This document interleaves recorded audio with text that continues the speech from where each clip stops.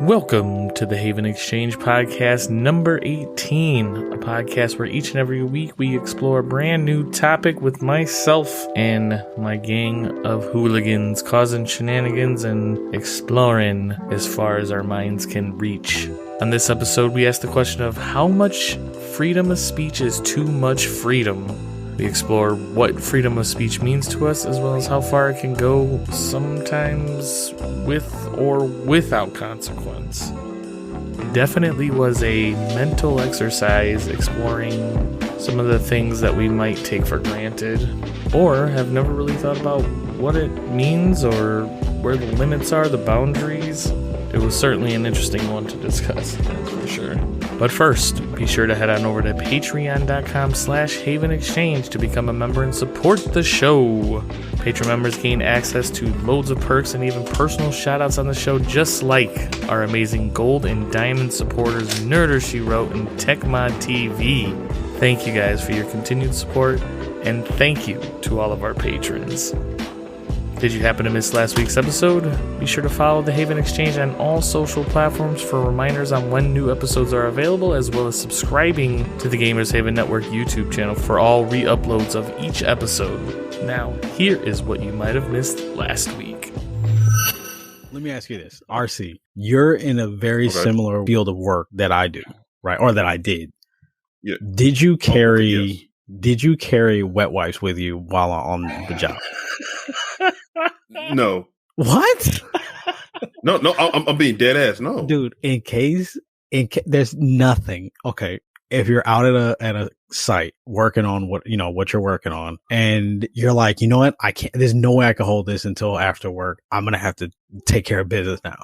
You would just use their company toilet paper and then be done with it. Yeah. No way, dude. The chafing, the no way, dude. I don't think about that. Remember to tune in each and every Wednesday to the Haven Exchange podcast featuring a brand new topic, and you never know what we're going to talk about next. Now, let's just dive right into the show. Thanks for tuning in, y'all.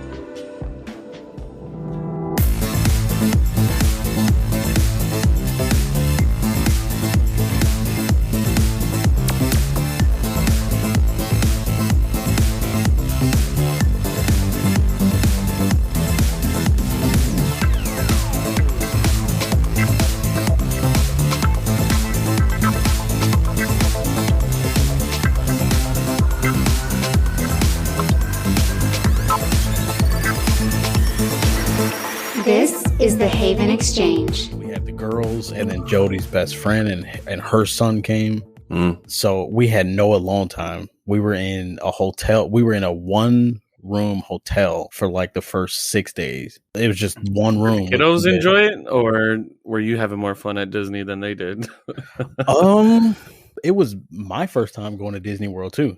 Yeah, I've never even been to Disneyland, and I went to one of I think it was a Universal or something like that in California. It's something over in California that I've been to.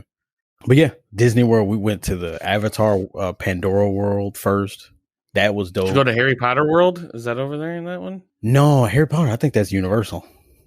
Oh, is that Universal? Yeah. Why was it Universal? It didn't. The Black Panther is at Universal as well. That didn't make a lick of sense to me. Yeah. I was like, why is this not at Disney? Disney owns that. What the fuck? But yeah, that was not there. We went to the Animal Kingdom, the Magic Kingdom, and Epcot. What the fuck is at Epcot? Isn't it just like country shit? Yes, Epcot is different countries. So we went to like... There's no rides, right? At Epcot? No, I think the only ride is there's a giant lake that's in the center of the entire park. So then you can get on like a ferry. Wait, is it a ferry? Ferry, right? Yeah, ferry. Yeah, you're right. I looked at the ferret when I said that. But yeah, there's a ferry that takes you around the island. Ferret? No, you bitch. there's a ferry. And yeah, that's pretty much it. Yeah, so you go to like Canada Town, and there's Africa there, or not Africa, Mexico, Japan, Italy. Aztec. Dude, it was fucking awesome. And there, I don't know. I see you're recording, so I'm going to say it. I don't know if Sage is going to hear this, but they had there's like this Aztec monument, and right next to there's like this little Mexican taco stand. Dude, the best pulled pork on corn tacos I've ever had in my life. Dude, was it like a $30 taco though? No, it was like $8 for 2 tacos. Okay. It was, dude, the food was very, very cheap compared to what everyone else was telling me. Like, yeah, dude, it was not that expensive. Like, they had fish and chips. It was like $9 for this fat piece of fish. Stop, man. I'm getting hungry, man. You're getting me hungry. I'm hungry right now. What's up, everyone? Let's get this shit going so we can eat.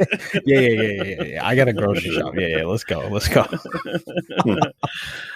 As you guys know, I am Genesis. Welcome to the Haven Exchange. You hear my fellas over here rambling on. Rick, what's up, man? Man, just got back from Disney World. Good times. Now I'm in quarantine. Like of course. Yeah. Hopefully you didn't have any sketchy situations where you might have caught the COVID. No, I'm having a super bad toothache right now, but that's COVID. It's COVID. But I am doing the responsible thing. I did wear a mask the entire time, and I'm quarantining the 14 days now. We are getting COVID tests, I think, later today to make sure, I'm looking after my fellow human. Good job. But good job. We appreciate your service. Yeah, but I did make a promise to my youngest daughter. It was her birthday this past week, and I promised her last year that we were going to take her to Disney World. It didn't go through because COVID just hit, so I had to keep my promise this year.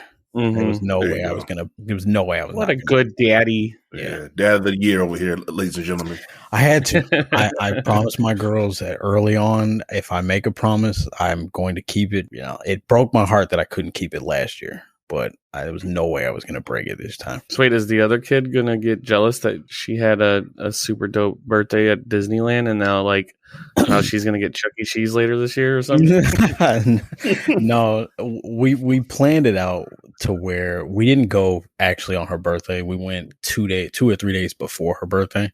So it was a family gift at Disney World, and then her actual birthday, we just went to the beach in Clearwater. Oh, okay. Which, she had a blast. Bought her a ton of toys. Yeah. Nice. Big RC, what's up, man?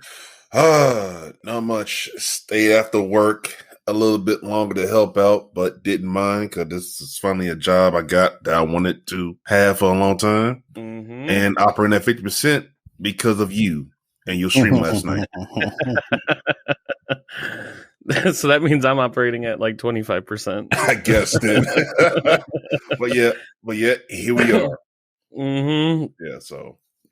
Yeah, I know it's kind of shitty when you set a standard to be here at X time and then you don't show up. Look like an asshole. Yeah, abs to the best of us.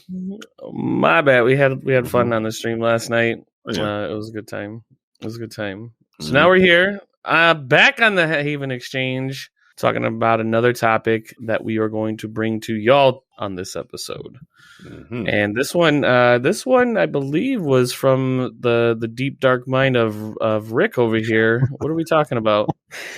Well, today we are talking about freedom of speech and its limits. And how much is too much freedom? Should you be allowed to say anything? Is everything okay? Is nothing okay? How far can you go with freedom of speech? Mm-hmm. And I'm just curious, what you all think about something like that. Yeah, the idea of freedom of speech, I mean, that's been built into this country since day one, right? Like, it's the Second Amendment? It's the first. It's the First Amendment. It's first. Yeah, so that's number one is you can talk about whatever you want. You have the freedom of speech. So they somehow knew, I mean, I don't know the history of this shit. I should have probably looked into that. But I feel like that being the number one thing as you're starting a new country, that means it had to have been bad before, right? Coming from England, they must not have been able to say shit. Right. Probably some dictatorship shit going on beforehand. I mean, I don't know. Yeah. And it seems largely to have been respected. I mean, I believe like even courts find a hard time pleading anything against a freedom of speech case. So that's where the question does come from. How much freedom is too much freedom? Because it's pretty solid amendment, unlike some of the others where there's some gray areas and things like that. But I mean, aside from what you can't falsely yell fire in a movie theater kind of shit, right? Right. Mm-hmm. Right. You cannot call for an act of violence, or anything That's like it, that. yeah. Yeah. Anything that can lead to someone getting hurt. But even then, I mean, there are limits. You can't say things like, go here and attack this person. That you can't say that. But you can say something like, I don't like this person because of this reason, and then if someone were to take that and run with it, that's why we have a lot of I don't want to say mass shootings, but this is why we have a lot of issues in particular where people are targeted because of certain rhetoric. Mm-hmm. Trump can say whatever he wants about a specific group of people, and he's allowed to say that, but his followers may take that the wrong way, and that's with anyone, or the intended way when it comes to him. right when it comes to Trump. Yeah. Or it could go on the other side too. I mean, people have been calling for the past 4 years, people have been calling Trump supporters literal, I don't want to say the word, but they've been calling them the worst thing you could think of. And then when they're attacked, the same thing doesn't happen. It's kind of strange when I'm just going to say it. you could, because I don't know what to say other than the actual word, but you can call people. They've been calling people literal Nazis for years. No one bats an eye because Nazis, it's almost the worst thing that you can be compared to. Can you think of anything else worse other than maybe like a baby thing? I think of a few. Yeah, I can think of a few. I don't want to use the word. Depending on the person and how they were raised in the household, there's probably some other things that's probably just as bad. Right. But as a, I don't know if it's like the societal thing, but when you hear someone is something specific, I really don't know how to say it without saying the actual word. So I'm just gonna say baby person. Okay, that's probably the easiest way I go. Baby, I don't know what that's in place of. You know what baby. Or a child person. we'll put a child person. Yeah. Is this a guessing game? I feel like if you have to guess what this is, then I would love to live in the world that you live in to where you don't know specifically what I'm talking about. Okay. I'll ask you later. Yeah. Teach me, father. Daddy. Oh my goodness. Your insides, when you hear someone doing something like that, your insides, if you're a decent person, it tells you to stop that person from doing whatever it is that they're doing. Right. If you know of a specific individual that's doing something like that to children or to whoever, your insides scream, they should scream and say, hey, stop that person, or, do whatever you can to stop a child molester. Oh my God. Yes. Or Wait, a pedophile. A pedophile. Yeah. No, I'm saying, I don't know. It could be setting people. What was your replacement? Baby man? Was that baby person? Baby person?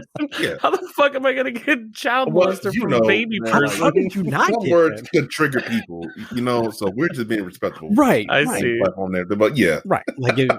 If we have a conversation about the R word, you don't want to say the actual R word because it could be upsetting to people listening and, who may have been. Yeah, but that one, I understand. No, I really didn't know what the hell y'all were talking about. Like he just baby said, person. Like, what the hell are we talking about? What's a baby person? What is that? What's a baby person? No, but you're really the worst. You truly are the worst. Remember, 25%. That's true. Anyway, before I was rudely interrupted. My bad. Yeah, go ahead. I'm just fucking with you.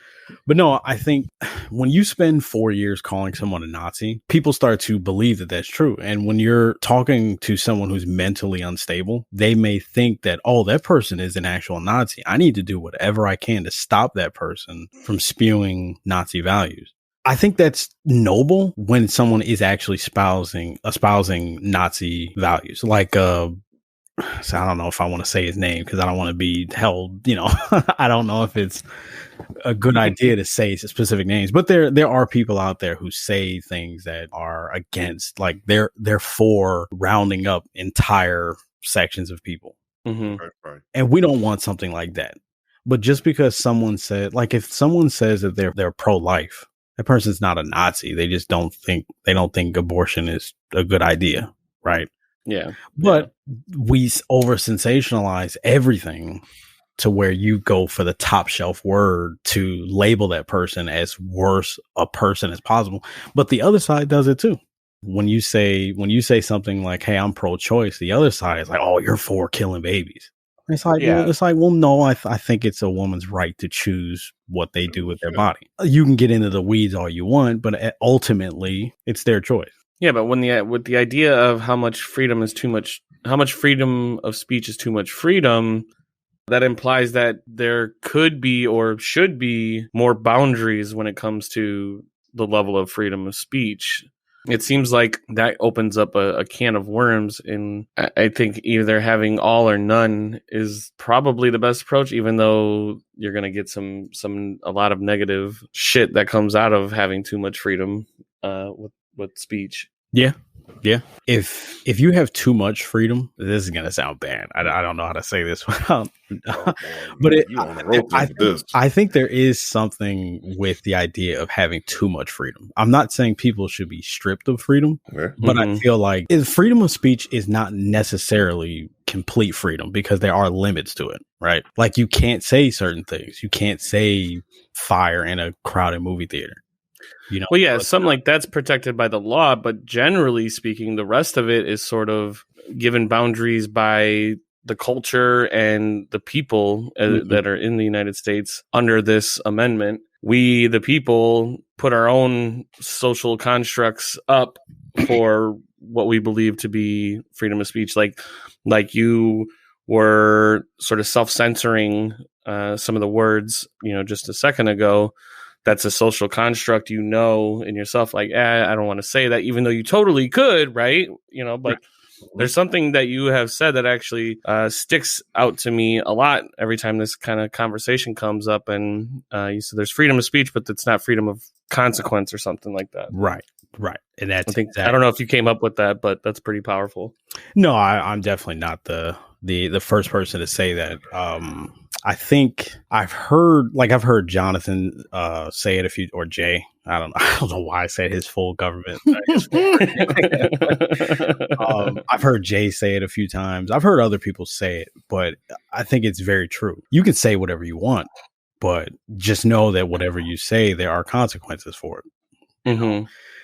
But I also think that the consequences shouldn't be too severe in a lot of cases. Like if you say something and it may not line with your employer, I don't think your employer I don't think they should be allowed to fire you for saying something is, like you're pro-life. Mm-hmm. Saying something like that could be considered detrimental to an employer. They could look at it and say, "Oh, well, that doesn't line up with our company values, so we're going to have to." Let's work for Chick-fil-A.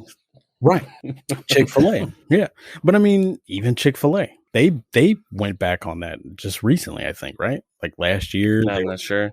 I mean, for years, Chick-fil-A's owner, and even then, the company Chick-fil-A, it's a company. They don't have a stance on something like that. It's the owner. They kind of that's true. It's the owner that puts the ideologies through the company, though. The fact that they are not open on Sunday, they're very religious backed, and they have motives, certainly. And they own, when you have a company, it's kind of almost like its own little tiny country, and that has its own rules that employers have to follow.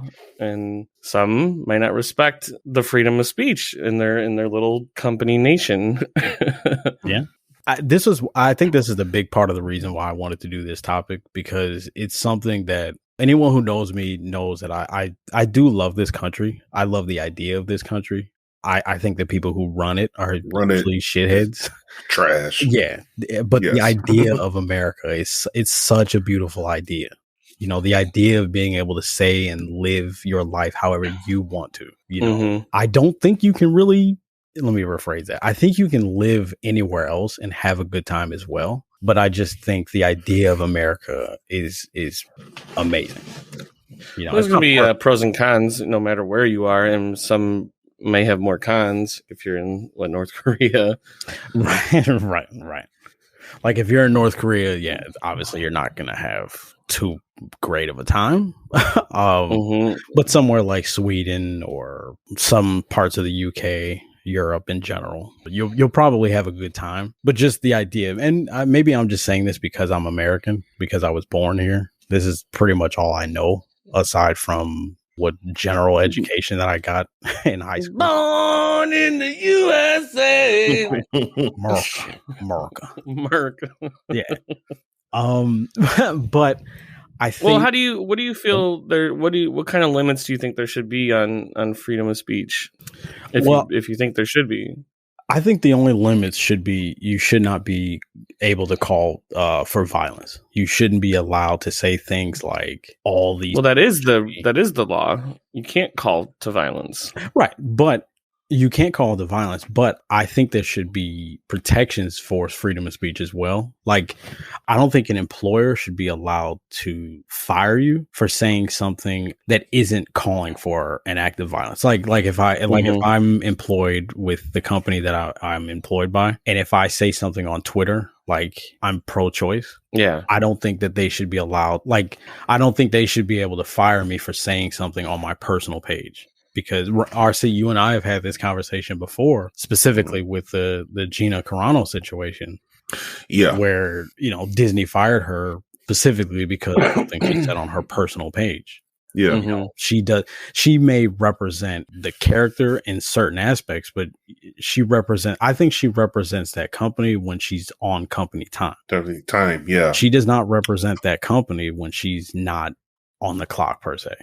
Be sure to tune into our cancel culture episode for more conversations on the Toronto subject. For more insight of that as well. Yeah, definitely check that one out. That was a good one. Mm-hmm. But I don't know. I don't like the idea because I feel like, where does it end? Like, those words are always going to be out there. I think that's a more exaggerated case when it comes to employee-employer relationships. When it comes to that, she's a status symbol or a high status celebrity that has. Thank you for not saying icon. Yeah. To where she has a larger spotlight on her, and her employers know that. So that situation is a little bit, when you're talking about Joe Schmo writing some shit on Twitter, I don't know how often that is occurring where the employer is searching through their employees' Twitter accounts and do now it could be that it could prevent somebody from being hired, because when you go to interview, somebody's doing research on you. They may look at your Facebook page. All that stuff's open out there, and if you have all that shit, that could potentially block you. Is that right? I don't know. I mean, true. But look at it this way. What's to stop you from tweeting something or saying something on Facebook, and someone that you're friends with from your job sees it, doesn't agree with it, and then decides to go to their HR and say, hey, this Genesis said some foul shit, and I don't think that he's representing the company well. And then, of course, HR is going to investigate it. They're going to check it out and say, okay, yeah, this is pretty foul. But the foul thing that you said was something like, hey, I'm trying to think of something that could be considered taboo, but it really isn't that taboo. Like, you could say something like, if someone were attacked, well, why were they in that side of the neighborhood that time of night? I mean, it's not like you're vague as all hell, but I was vague with but someone could take that and say, hey, this seems racist, or this seems sexist, or whatever the case may be. And then that's all it takes. You don't have to be a celebrity to be impacted by something like that. Oh, for sure. I mean, the idea of, culture fit in the workplace, like, are you a good culture fit to the team when it comes to hiring and throughout your employment in a company? That's what goes back to the company is a sort of mini nation that that has its own culture and ideologies, whether that's protected by the outside law or not. But there is sort of a mini construct that naturally we kind of fit in, or we don't, or we fall in line with what's around you in that company setting. I imagine if somebody went to HR and said, "Hey, check out this tweet Rick posted." Good, I think this is good. Now it's up to the HR department to see what they need to or how they need to handle that situation. If it leads to complete firing, I would hope it would be something that they said really, really bad or some shit. Because it wouldn't be right to just get fired over something like that. Yeah, and I'm trying to think of, because I can't think of any personal examples of anybody being let go for something like that. Mm-hmm. So the only examples I have are celebrities, but even then, like Louis C.K. Well, what about? I was just gonna say this is a good example. It is personal because it was something Louis C.K. said that I reiterated to my dad, and I think my dad actually may look at me differently because of this conversation, where Louis C.K. basically said about the Parkland shooting survivors. They were plastering them all on TV and taking these kids' advice on gun control legislation. And Louis C.K. basically said, like, hey, you're a kid. Like, why are we taking advice from children on gun safety? Like, he made a joke about it, saying, like, hey, you got shot at. It doesn't make you an expert on guns, you know? And I said that to my dad, and I was like, well, I mean, it's a joke. He's saying it in the context of a joke, but at the same time, I mean, is he wrong though? I eat. It doesn't mean I'm a cook. Do you get what I'm saying? Well, yeah, but I mean, whether it was right or wrong, the idea that he was able to say it, and I'm sure there was an uproar in favor and opposing what he had said, and that's how the society that we live in handles freedom of speech things that are not, it's not illegal what he said, but as a society we said, I don't know the situation, so I don't know how it ended up, but if there was backlash against it, that's society saying, all right, we're not accepting of you saying that, even though you were totally free and right to say what you want to say. Mm-hmm. As a society, we're saying, hey, no, I think like Gilbert Gottfried, he got into a bunch of shit because he made a 9/11 joke right after 9/11 happened. Mm-hmm. Too soon. The society is the judge when it comes to what's acceptable to say and not, and then it gets into the political realms, and then that's a whole other thing. But see, here's why I don't know if I necessarily buy that or necessarily agree with it, because society has been wrong throughout. Oh history. They're totally going to be wrong, but it doesn't matter. I mean, but see, okay, so here's the other thing too, because also is society the one that deems it wrong? Because you also have people from that same society that say that no, it's a completely fine joke. It's like, who cares? Right. You could just majority wins. Yeah, you could literally make a joke about 9/11 while the first tower is going down, and there are people out there who are like, "Yo, that's fucking funny," And so, I mean, society by and large, more than likely is gonna be like, "Yo, chill, bro.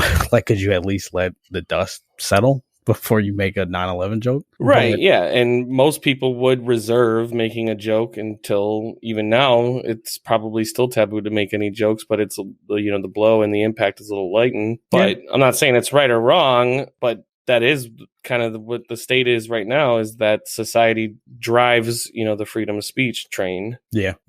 But then there's just, I don't know, it's just something scary to me. Because that starts to get into like the witch hunts where we're like, oh, this person said this. And so because this person burn that motherfucker. Yeah. Like that person should not be a part of society. When it's like, well, I'm afraid of. It's terrifying. It's terrifying. Yeah. Because at work, actually, I've had this conversation with one of my old coworkers where he and I can have a full blown conversation. We had a pretty deep conversation right after Trump won his election, the first election, obviously his first election. But we had a conversation when Trump won the election, and we were just kind of both like, yo, we could never have this conversation on social media. or on any sort of platform, because if we did, people would either take what we're saying out of context, or they'll completely sensationalize what we're saying and make it seem like we're Trump supporters. And it's like, well, no, we're just two people having a conversation. We don't have but you see right there, the rules of the game, going ahead, like if I were to go on social media, here's the things I can and cannot say, just giving the experience of being on there and the history and things that come up in the news about it. You already know the rules, even though there's technically isn't any rules that prevent you from doing that, but the rules and the foundation that going into social media, specifically Twitter, where here's the things here's the untouchable list, and here's the things I can say, or here's the ways I have to say this on there. So you are being censored before you're even going into it, because you have the rule set. Yeah. I feel like, I guess what I'm trying to say is I'm all for self-censorship. Like if something in your head is going, hey, clean that up a little bit. Right. I mean, yes, we should be decent human beings. Yeah. RC, you got to stop saying this shit on Twitter, Yeah. Yeah. You really got to stop trying that. You got to stop doing that kind of stuff. But I think I'm trying. Well, yeah, no, I think fucking Burger King. Yeah. You got to stop raging at Burger King, dude. You got to stop adding them. Jesus. But they gotta learn. But yeah, I think there's something to self-censorship. Like, you definitely should watch what you say. But on the flip side, I am on the other side of it. Like, no, you say whatever you want, but just understand that there are consequences. Yeah, exactly. Be careful of what you say. Like, don't say something for the sake of saying it, even though in your head that that's not a good thing to say. Absolutely.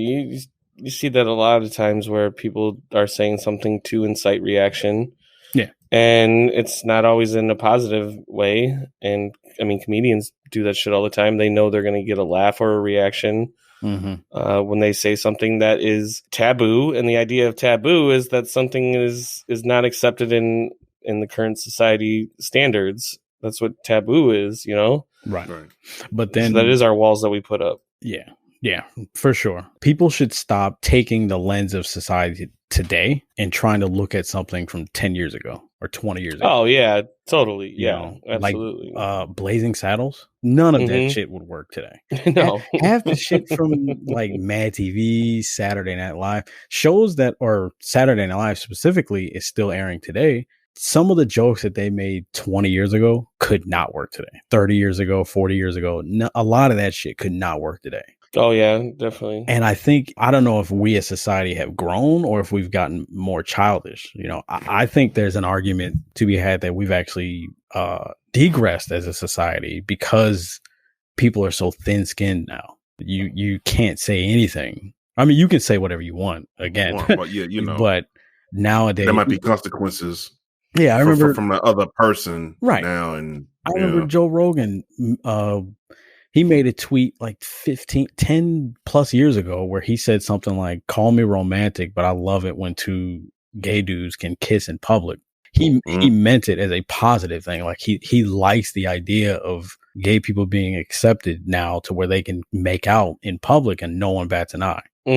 But you've got those people who are so sensitive, they took it the other direction and were like, you shouldn't be romanticizing gay people and they're not your eye toys or whatever to your sexual fantasy, some shit like that. Yeah.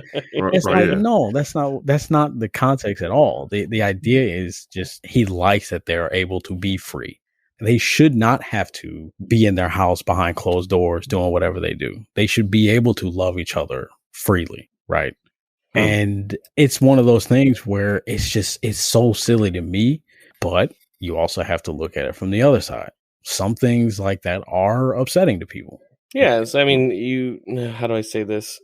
as you grow up and you have experiences, you give yourself a tool chest of tools to know how to handle situations. And a lot of those situations comes with how do you just talk to somebody? Just the idea of conversing with somebody is a challenge, and you learn how to navigate conversations between two people, and you know what words might offend the person you're talking to, or even just random strangers. You have out of bounds, like you may not want to talk to an old lady in a grocery store and just start fucking swearing. Like maybe I shouldn't do that. Or you just have no filter and you don't give a fuck and you just do it anyways. But those experiences lead you to do that. Now we have like social media and everybody's online and there's no real conversing. You kind of break away the tools you would otherwise get in general conversations and dealing with people. That's why I definitely urge anybody, as much as I hate to work in retail, that needs to be a requirement for teenagers to work in retail, so you learn how to converse with social people. skills. Social skills, absolutely. Okay. Yeah. Yeah. Okay. Yeah, Exactly. for sure. Because there are way too many people that I know personally who, like, you can tell they've never worked retail, or they don't understand how restaurant workers are, and they just talk to people any old kind of way. Like, if they mess up something, they're like, fuck you, I ordered a Sprite with no ice, not a fucking 7-Up, like shit like that. And it's just like relax, like it's not the end of the world. You're going to get the right thing just because you didn't get it 30 seconds earlier like you expected. It's not the end of the world. Okay. Yeah, exactly. I don't know. Now, kind of going further onto that situation you just outlined right there, in something that I wanted to talk about, as well as something I think we're going to dive deeper into another episode. But say that patron was upset, they got the wrong type of pop, and I'm saying pop, not soda. Fuck anybody that says soda. But then they leave, they go home, they write a nasty review about that place. They go on there and they say, oh, this bullshit waiter, waitress, blah, blah, blah, blah. This place is terrible. There was rats everywhere just lying just because they're so pissed they got the wrong pop. And those type of reviews can totally affect the company. So where does the freedom of speech limit on something like that, where you could go on and give a review and totally shit on a place, lie with no information? People will see that, and you can hurt a bit. Even if you want to take away sort of the big box store, if you're even talking about like a general contractor, a single person that just comes out to fix your toilet or something, you leave that due to a bad review. Somebody's not going to hire that guy potentially if they see that review. Now, does that guy have the right to sue or get any sort of legal justice in maybe somebody blatantly lying because they maybe had a bad day and decided to write a Yelp review? Well, I know some people listening to this may just cringe at the idea of me saying the wrong word, but I don't know. I can't remember if it's liable or slander, but it's one of those where you can sue for something like that. Like if someone is blatantly saying false things, but because of how expensive lawyers are and how you're not going to want to go through the trouble of doing something like that for. Maybe you could explain to the customer, or maybe some of these websites have like Yelp have a customer page, and maybe there's some sort of editing process where they're just like, hey, the employee or the business can reach out to the customer and say, hey, can you tell us what happened? Give us the full story, and then go back to the employee, see what happened, and maybe work out something. But then at the same time, I don't know if you want something like that, because then if that's the case, businesses can just basically bribe every customer and just have full 5-star reviews. Right. Because I've seen reviews all the time where I'm like, that sounds like an operator error. That sounds like you're the fucking idiot. And the business didn't do anything wrong. Like I saw, when you buy something on Amazon, you're going through the reviews or something, like, and you see like 5-star, 1 star. Mine came in broken. Like, well, what's that got to do with the fucking product? Like that was some shipping mishap. Yeah. I saw one where the lady was like, it took forever to get here. UPS kept fucking changing the days. And I really wish they had comment sections on some of these reviews. Like, you're a fucking idiot. What does that have to do with the product? It has nothing to. It's not their fault that that's happened. And this is another argument me and my dad have had where who's responsible for that kind of stuff. But that's a whole different topic. That's a whole different topic on its own. But which actually is, I think that might be our next recording. Yeah. But yeah, I don't know who's at fault for something like that, you know? Well, it's not about fault, but it's like, should there be more things in place to prevent that from happening in the first place? I think that's the idea of like talking about how much freedom of speech is too much, is like, how much do we need to allow? I mean, see, what's your views on freedom of speech? Going off what you were saying, to answer that question, it's hard to say. By taking what you just said, I mean, like, wouldn't that be limiting speech? It totally would. In a sense, but as I think you should be free to express or write or say what you want. I mean, at the same time, like you said, a lot of people don't have a lot of home training or don't know right from wrong. So then it's hard. I don't know. It's very, I mean, you write a lot of reviews on things, right? Reviews here and there, that maybe some angry emails towards that company about something. But I mean, usually when you do that's me getting stuff accomplished. Mm-hmm. If I don't, it's going to keep happening. And it might happen to the next person. So I feel like I'm doing that person a favor by saying this, but this is what I experienced with it. Right. And I trust that I feel like you're objective in your writings and your emails that you're sending. You're just like, hey, this product, this is how I feel about it. Yeah. Now, on top of that, I don't do that all the time, too. I also give positive reviews, too. That's what I was going to ask. Yeah. On things as well. Or like, I may give like that cashier girl in the drive-thru 5 stars and everything because she actually went above and beyond, you know? Mm-hmm. Yeah, so I don't think you can limit it, but I think at the same time, maybe you should be careful of what you say that might come off wrong in front of that certain person. Mm-hmm. I don't know. It's weird. Yeah, I'm battling back and forth with this. It's like, I feel like some things should be limited, but you really can't limit it either. Exactly. Yeah, you kind of have to have an on or off valve. Yeah.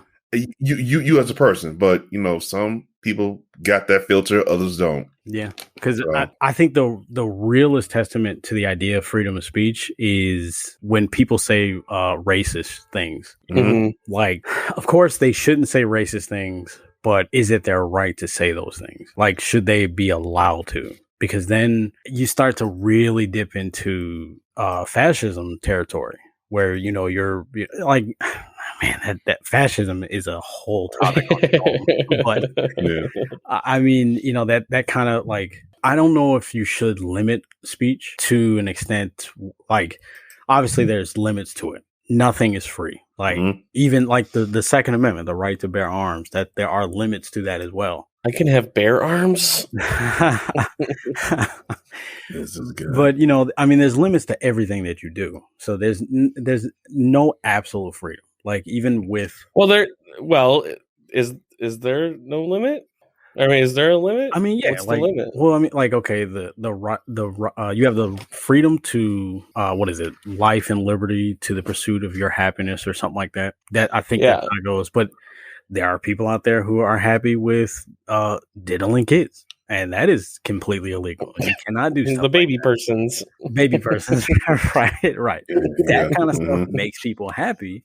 But obviously, you can't do that. So that's fucking illegal, right? But I'm saying there are like just because something makes you happy doesn't mean it's legal. No, you know what I mean?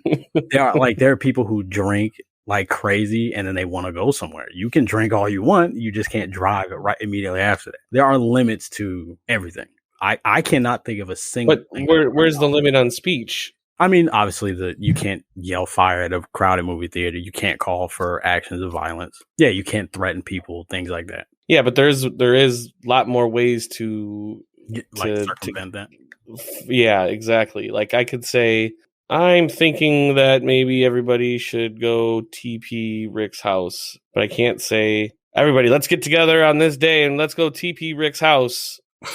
Right? Is that? No, I mean, you're right. You can't. Yeah, you can't. I mean, well. See, I know it's confusing. That's why I've been saying. Yeah, because I think there's levels to it. Like TPing someone's house. I don't know if. Well, replace TP with burning your house down, or murdering you. Yeah, I'm just trying to keep it a little lighter, but right. I don't want you suing me. No. You're good. But for the listeners, if I come up missing, then you know what.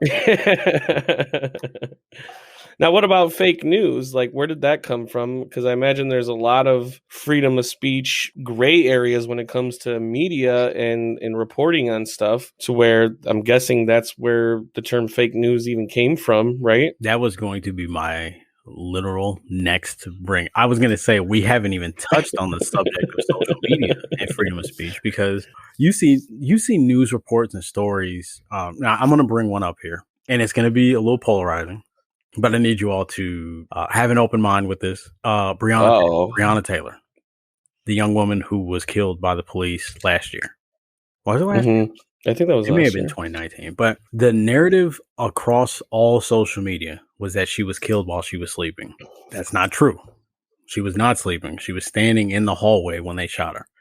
I don't know about you, but you're not sleeping while standing. So I sleepwalk sometimes. Yeah, I mean but you know, I'm not saying that's not a thing. I'm not saying that she wasn't sleepwalking, but I'm saying the whole narrative was that they killed her while she was literally in bed sleeping. They killed her. That's what the journalists were reporting, and all that, and spreading. That is not true. But it's still like, if you go on social media and if you see posts mentioning Breonna Taylor, almost universally it's they killed her while she was sleeping. You know, but that has never been corrected. No, there's no one, no Facebook, social media, no social media platforms at all are correcting that. And I don't know much about the case in that detail, but I mean, does it matter if she was sleeping versus standing? No, I mean, it kind of does, because it paints the idea that, you know, I know Kurt is like, complete innocent. So you're talking about, Yeah, but no, it paints the idea that cops are ruthless killers and they're just spraying guns at any situation. And I mean, in this particular case, they fucked up. They did things that they should not have done. They killed that girl, plain and simple. But the idea of, they walked up while she was in bed and just shot her. That's not right. They spun a story that probably led to the already damning evidence against police, and they plussed it up a little bit by making it ultra innocence on her behalf. Exactly. Making it seem like they're just ruthless and stuff. It does not help the case of police brutality, because you're not telling the truth at that point.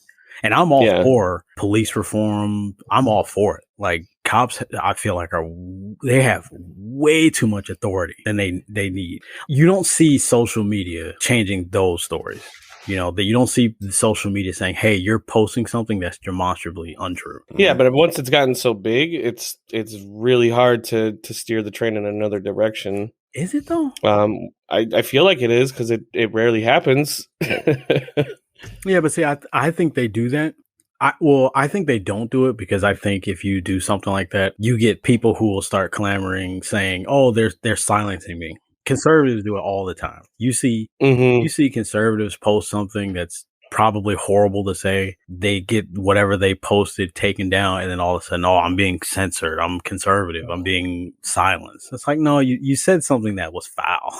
Like, yeah, but I mean, I wouldn't put the full blame on, you know, the general just Twitter user that's reposting like they killed her while she was in bed. Like, this comes from a journalist putting a flashy fucking headline out there, and then maybe buried within the paragraphs there is a little bit more of the truth. But if the headline is Breonna Taylor shot while sleeping, that's all people are going to really see. I mean, that's what it's meant to do. That headline is just so you don't have to read the shit.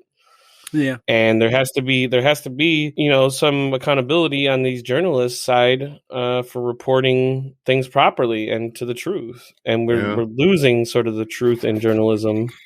But that also goes to the idea of, is there such a thing as too much freedom? Because we also have freedom of the press. Now, how separate is that from freedom of speech? Well, the idea of freedom of the press is the press can post. No, I mean, they can't post whatever they want, but they can pretty much post a story, right? And it's up to the reader to kind of accept it or not. Pretty much. And that's okay. That's Facebook's stance on the whole thing too. Facebook is kind of the same way, where it's like, hey, you can post whatever you want, but it's up to the viewers to kind of sniff out the garbage from the truth.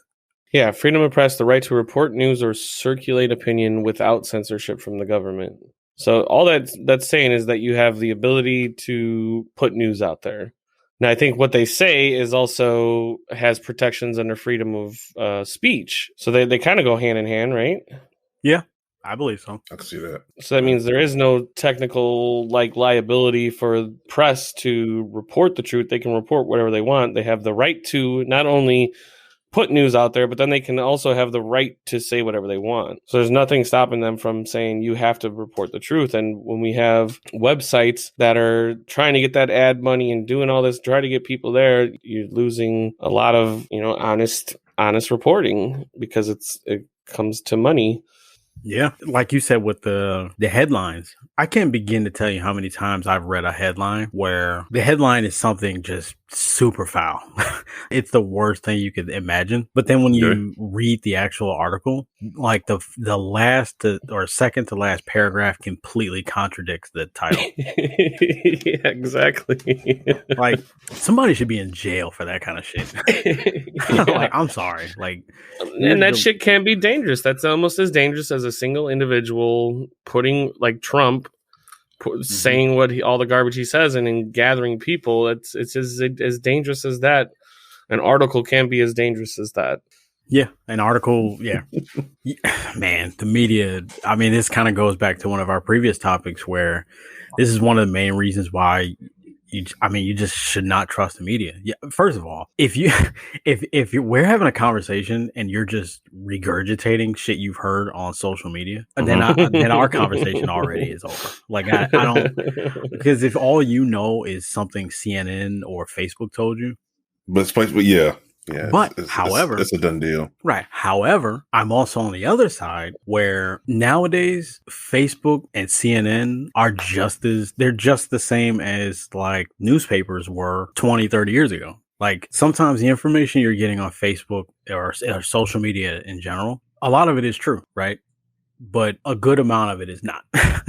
So if that's I guess what I'm getting at is if you're going to do any sort of research on anything, look at all sides of the situation. Like it's not easy all the time.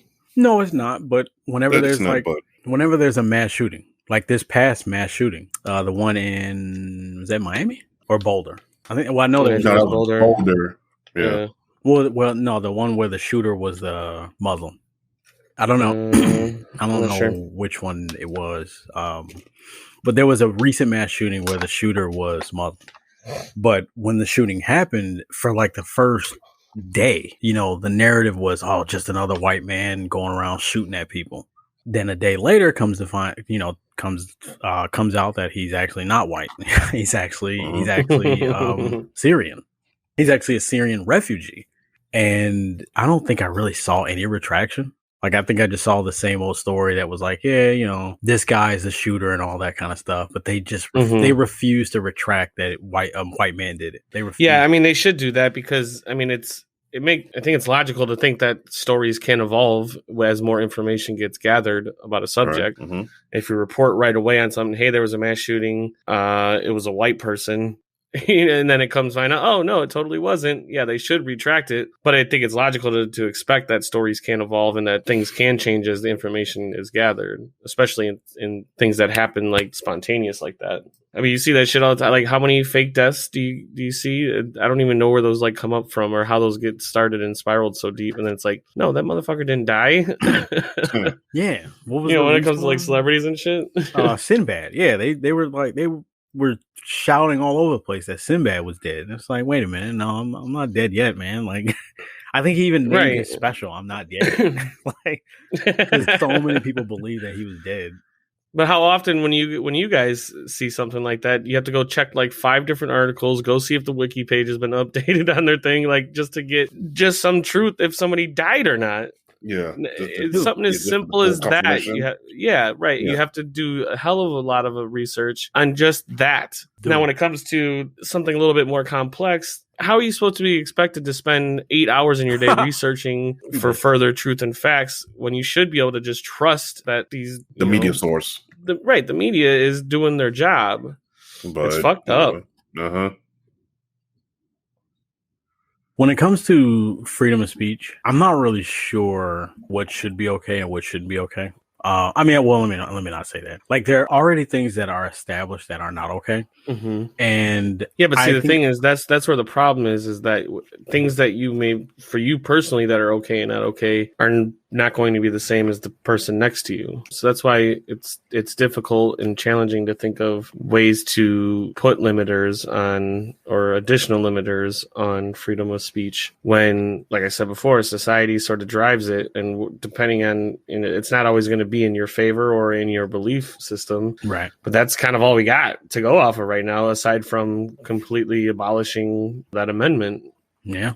Now, as far as freedom of speech goes on social media, do you think any of these platforms have biases? Is biases? Is that how you say it? Biases? It doesn't sound like that's how you would say it, but I don't know. No, it doesn't sound like it, but I'm not sure. Fuck it. Tasha will chip in and tell us. Correct you, right. Right.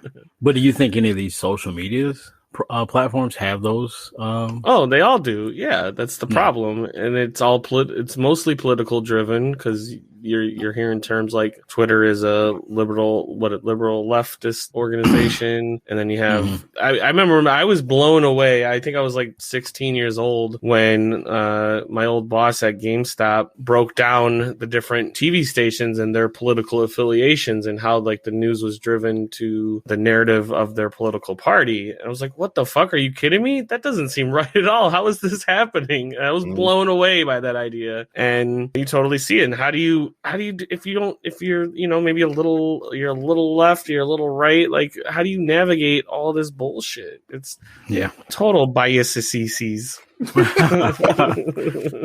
I mean, I've had this argument hundreds of times. The amount of people I follow on Twitter, or even in my personal life, like my aunt, my uncles, my parents, like my dad knows, or both my parents know how important it is for me to, whenever I hear a story or I see any sort of hot topic come up, it's very important for me to see both sides of the picture, because neither side is going to tell you the side that contradicts their side. They're going to tell you the side that only fits their political alignment. Any mass shooting, any incident, anything at all, any presidential thing. I mean, kids in cages was a huge thing for 4 years. Now all of a sudden it's nothing, they're barely talking about it. Oh, it's, Joe Biden will get to it. It's like, oh, it was a dire emergency for 4 years. You didn't care for 4 years before that. Now all of a sudden, you know what I mean? Like, we've had this conversation before where everything is tribal. It really comes down to tribalism. So that's why any topic whatsoever, I have to see both sides. And if you are talking to anybody who thinks Fox News is 100% horseshit or CNN is 100% horseshit, most of the time,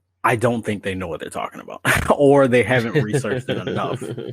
Because I've seen Fox News say some foul shit, but I've also seen CNN say some foul shit. I've seen CNN do it dozens of times where, blatantly racist behavior. The most polarizing figure right now outside of Trump is probably Candace Owens. I don't know if either of you are familiar with her. Yes. I know the name, but I'm not. Yeah, Candace Owens. Somebody I know. Thank you. Yeah, Candace is a black conservative who was very outspoken as a Trump supporter, and she's very anti-Democrat, and she'll say things that are, I mean, they're true. She'll say things like, the Democratic Party founded the KKK. I mean, that's true. When the KKK first started, almost all of the members were registered Democrats, and they were actual Democrats in positions of power. So when she says stuff like that, of course they hit her with, oh, she's Uncle Tom and she's all this. And it's like, well, no, she's not telling you to be a Republican. She's saying just stop being married to Democrats. It's pretty impressive how many black people vote for Democrats and have no idea why. Yeah. I mean, it's insane. I being around friends and family, always constantly talking about that, but just no reason why behind it. Yeah. Well, I mean, they're probably told that Republicans are racist. Well, well, that and like the Republicans are just for the rich, right. We're being taught, you know what I'm saying? Well, I know it is more than that, but yeah, it's just like, they're for the rich. Democrats is for like the middle class or people and everything. And yeah, but see, So Is okay, that so true? I think, Or I are they think spinning their and taking advantage of the freedom of speech in order to have these narratives that's what these both sides represent? Is right means it's only for the rich and white people, and left is for everybody else. And is that true? I don't I even mean, know. well, I mean, I think the way they've spun it for so long is, first of all, I think they're both for the rich. To think like to Right. think that Democrats give a shit about you as a black middle age, you know, as a black person, middle class, they don't We're about to they don't call care. RC middle aged. No. I was just gonna say, for anyone to think that the government is going to solve your problems, you already have enough problems as it is. You need to figure out why the government is your solution. You need to figure out a way out of that. That's the first thing. And they're Well, both that's for also rich. kind of a spiteful statement, believing that the government can't help you, right? No, and I mean there are people who have been helped by the government, but I feel like when things get desperate, you should try to figure out why they got desperate and figure out a way to not let that happen. Like, I don't know, dude. I think this whole I don't know how to say it without sounding like a Trump supporter, because anyone listening to this, I'm not a Trump supporter by any stretch of the imagination. I do not like the dude. I have never voted for him. Lying. I have never voted for that man. I will never vote for that man. I think he is an awful person and president. But a lot of my eye-opening experiences with the Democrats is because of how he was able to just kind of walk in and become president. Mhm. You know, just kind of out of nowhere. It's like, you're that fucking bad to where this shitbag of a person can become the leader of the free world? Come on. Well, I want to keep You us on the subject of freedom of Right. speech instead of diving too deep into the political. I mean, even though it is a point of topic when it comes to politics and freedom of speech, because it's often abused in the political world. And I think that's what we're trying to get at and talk about on that front, is they can say, I mean, you see these ad campaigns that are fucking ridiculous. They're fucking, it's like fucking rap beefs in these ads that they're throwing out there. And it's like, well, that's just not true. Now, we kind of talked a little bit about a lot of the negative impacts of freedom of speech. I want to kind of talk about the positives. Like, what do we get that is so important for us to have freedom of speech to allow sort of the bad things that come out of having such freedom? Well, I could say that with the positive side, with you having freedom of speech, I believe that in a way you could cause change. Mm-hmm. Yeah. Usually I find it hard to believe, but sometimes it'll take one person to stand up and believe in something that needs to be changed, and others will just join in and follow in that process. And then next, in today's world, they start hashtags and everything and get out here and have these, jeez, man, this is what happens when you operate 50%. I'm sorry. Yeah, like walkabout and everything, representing whatever they need to represent, giving these speeches in the public parks and everything. And yeah, just that alone is like a positive view of like you having a freedom of speech, causing change to whatever that needs to be changed. Right. Yeah, absolutely. And now the sort of devil's advocate side to that is the idea of change means that somebody is going to be opposed to that because they liked it how it was or work to put in place whatever it is that is looking to be changed. Well, I mean, that's true. That's definitely, I agree with you on that point. But to add to the good things of freedom of speech, I would also add, if we didn't have freedom of speech, then we would just believe anything and everything that the government told us. We would not know half the things we know now if people weren't allowed. Have a butthole. Right. If we weren't allowed to say whatever we wanted without government prosecution, then we would all think that the government is just this great big agency and all they do is help people. They're not doing anything to anybody across the seas. They're not doing anything with anybody. They're just operating to get us healthy. So then is it mainly a tool to give power to people against a governing agency then? Is that its straight up reason to exist? Well, I mean, you could. Well, first of all, the entire Constitution, or at least the Bill of Rights, the entire idea of that entire document was against the idea of government controlling you as an individual. Mm-hmm. Right. because of how much the British were just completely controlling everything. Right. That whole document is basically a how to survive the government. right. You know? And that's a dope title for a book. yeah, how to survive the government. Yeah, I mean, so I think everything on everything regarding freedom of speech in particular, I think it's a good thing to have, and I'd rather have it than be in a country that doesn't have it. Just because everything that I've said now about Democrats and we wouldn't and be able to have this podcast. No. Because the second you say something that isn't approved by the government, they're going to step in and say, hey, buddy. Like, what are you doing over there? That's why you see all that shit from like South Korea sending like balloons over to North Korea, like containing like pamphlets and shit about like the truths of what's actually going on. Because a lot of them, they don't know. They only know what's being told to them by the government. Don't they not have internet over there? They have like a special internet.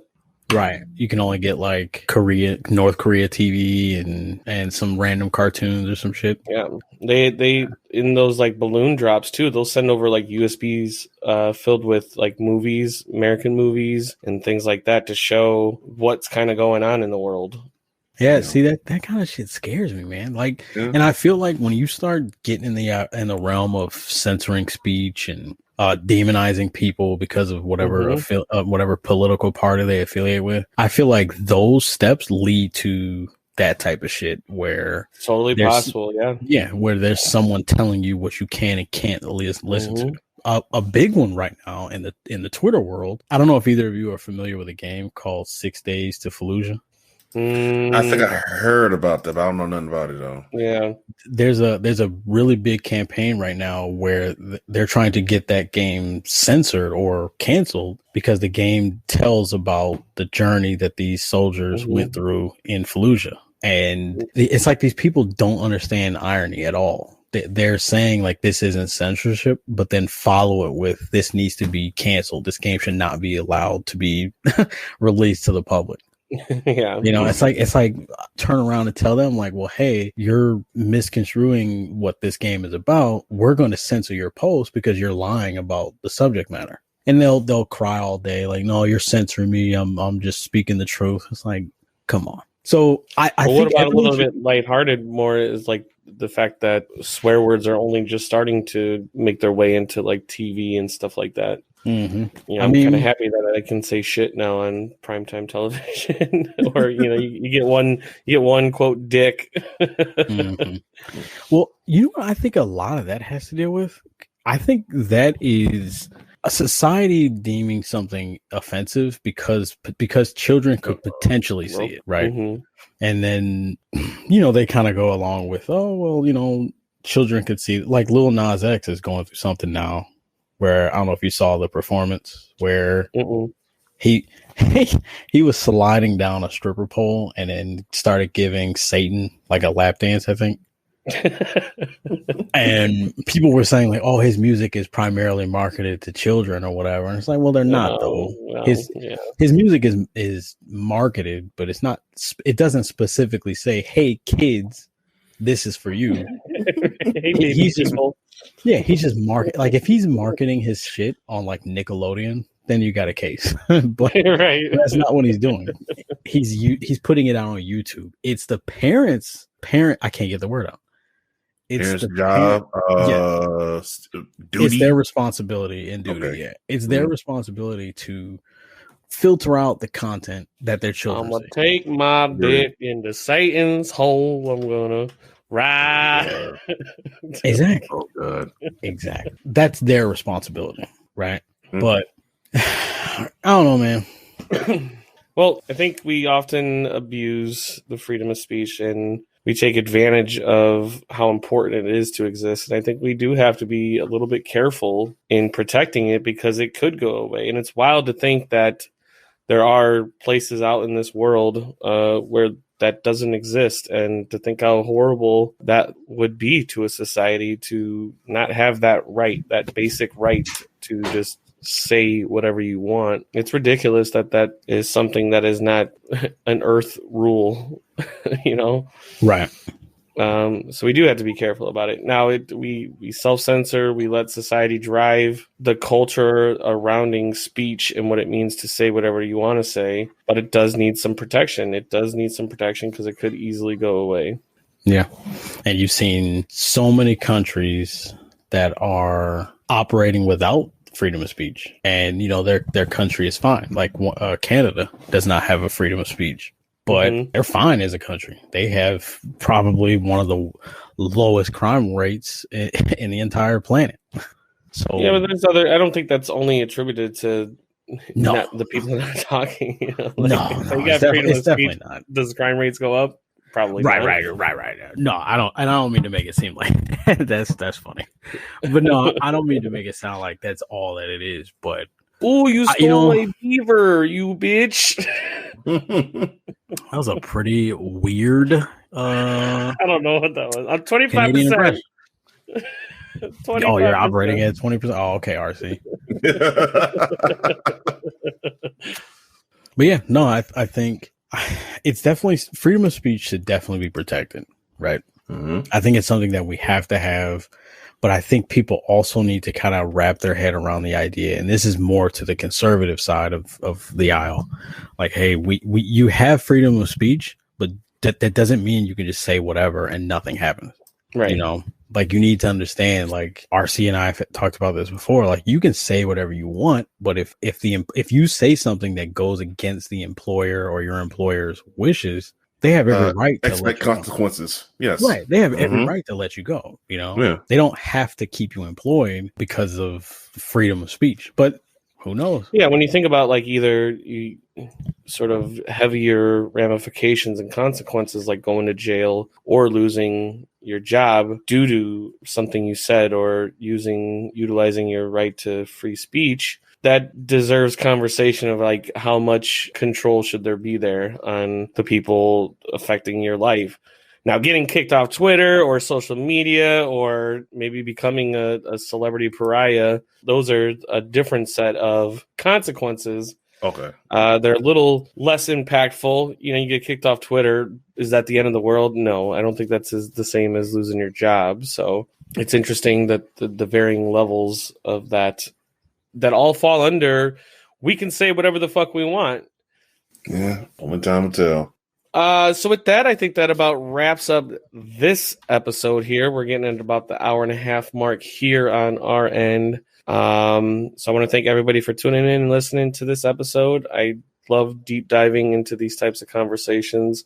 I know these are things that are important from Rick's side too, as the suggester of this topic. It's fun to explore these things, and every time we talk about this stuff, I always leave the episode with wanting to go like learn more. I want to learn the history of freedom of speech. I want to know what countries don't have that now.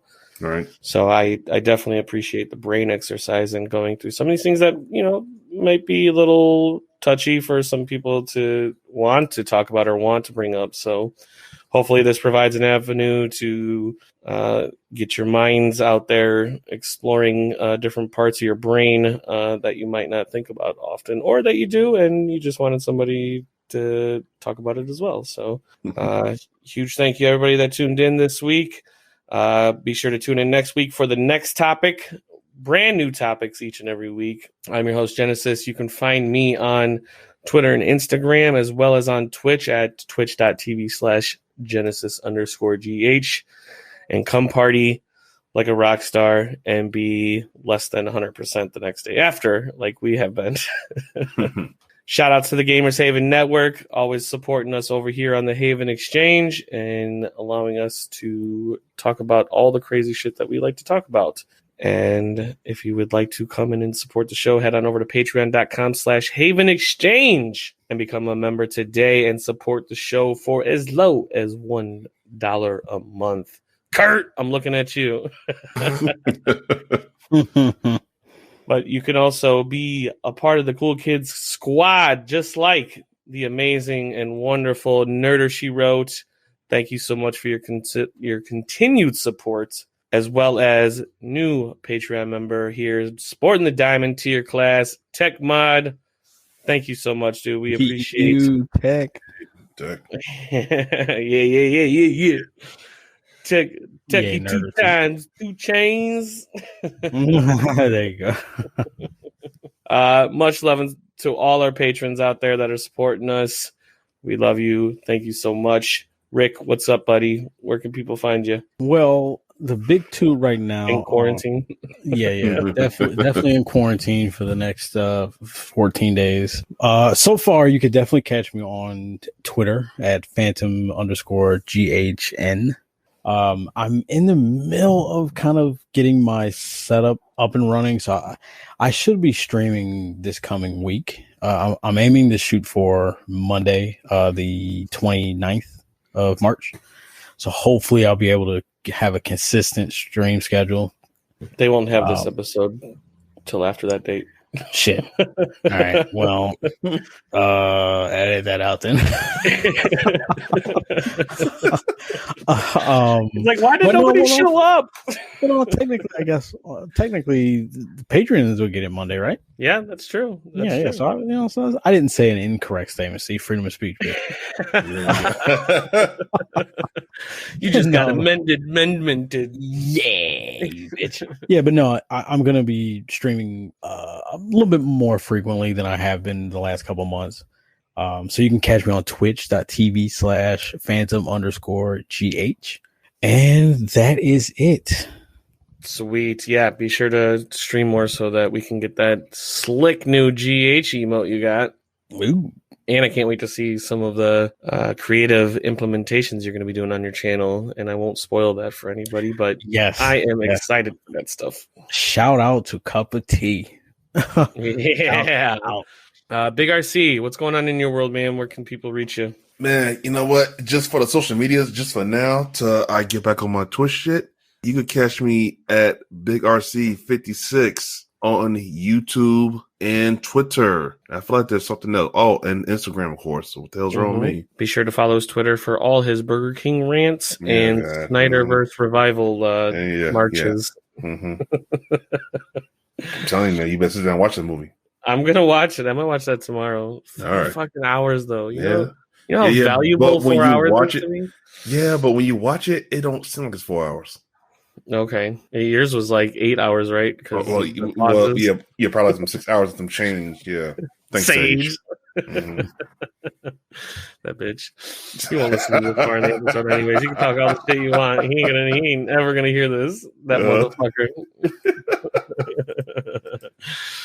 All right. Thanks again, everybody, for tuning in to another episode of the Haven Exchange. Right. We'll catch you next week. Much love. Be kind and watch what you say. Or Rick's gonna come after you. Peace out. See you. Hey, could you stop saying the N-word? This is the Haven Exchange.